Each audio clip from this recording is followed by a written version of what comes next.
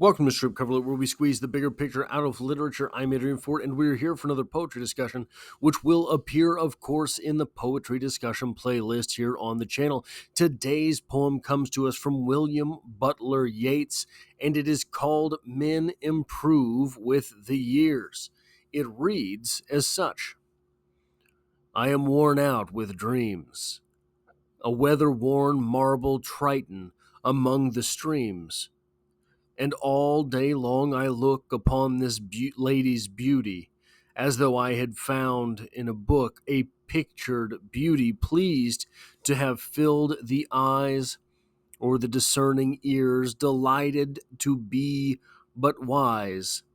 For men improve with the years, and yet, is this my dream or the truth? Oh, would that we had met when I had my burning youth. But I grow old among dreams, a weather-worn marble triton among the streams. Now, it is a bit of an ironic poem because what we have here is we have the phrase men improve with the years, and our speaker finds a woman whose beauty stuns him. And instead of saying, well, I'm older now, I have many more tools on my side, I have more life, I have more X, Y, and Z, I am improved with the years. Instead of doing that, our speaker goes right back to, oh, would that we had met when I had my burning youth. So the poem becomes ironic in that sense, but it is still an interesting poem because of the things at play. It reminds me a little bit of a quote from Nietzsche, because everything can remind you of a quote from Nietzsche if you do it wrong. Now, what the poem is essentially stating is that men improve with years. It never says their looks. Doesn't say men's looks improve with years.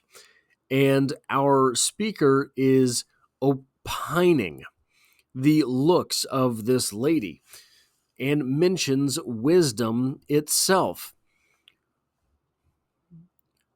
From Nietzsche, we get this: whoever fights monster should see to it that in the process he does not become a monster. And if you gaze long enough into an abyss, the abyss will gaze back into you. What we have here is our speaker not acting on the aggression in his soul. Our speaker is instead gazing into the abyss long enough that the abyss gazes back into him. Before he even starts, we have the throat clearing, I am worn out with dreams. Carrying forward, I am. We don't get the I am, but it is assumed here. I am a weather-worn marble triton among the streams. So before we have anything of the monster inside, before we have a touch, before we have a taste, before we have a moment of the monster, before we have any act of aggression, what we have is our speaker telling us, I am the abyss. So the interesting thing sort of with that, the quote from Nietzsche, if we could go back there real quick. Whoever fights monsters should see to it that in the process he does not become a monster.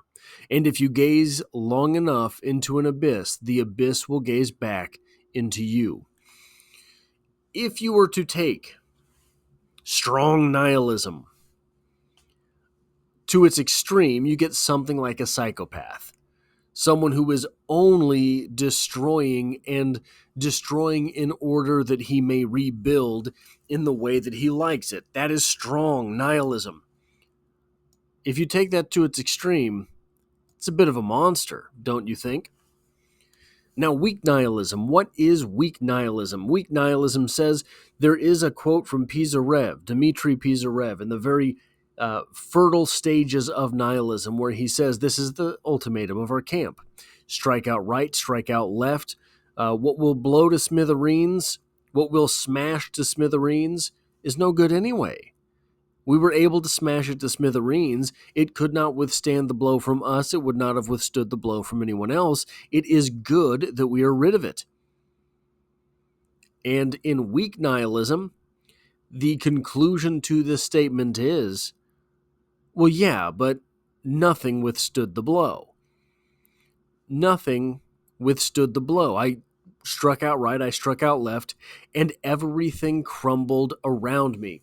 This is the abyss.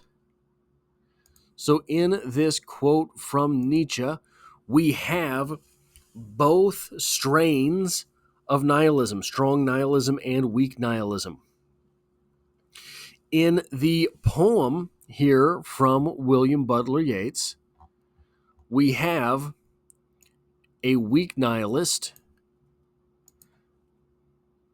Then we have something of a strong nihilist here, which is to say that it's someone who is taking the care to observe the world around him.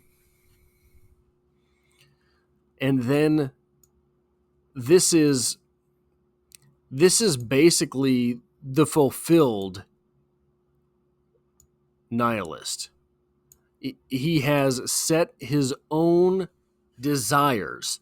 He has accepted his own moralities, his own wants, his own desires, his own needs. He has recognized these and moved forward with observing. He's recognized them and moved forward by identifying how those needs be fulfilled.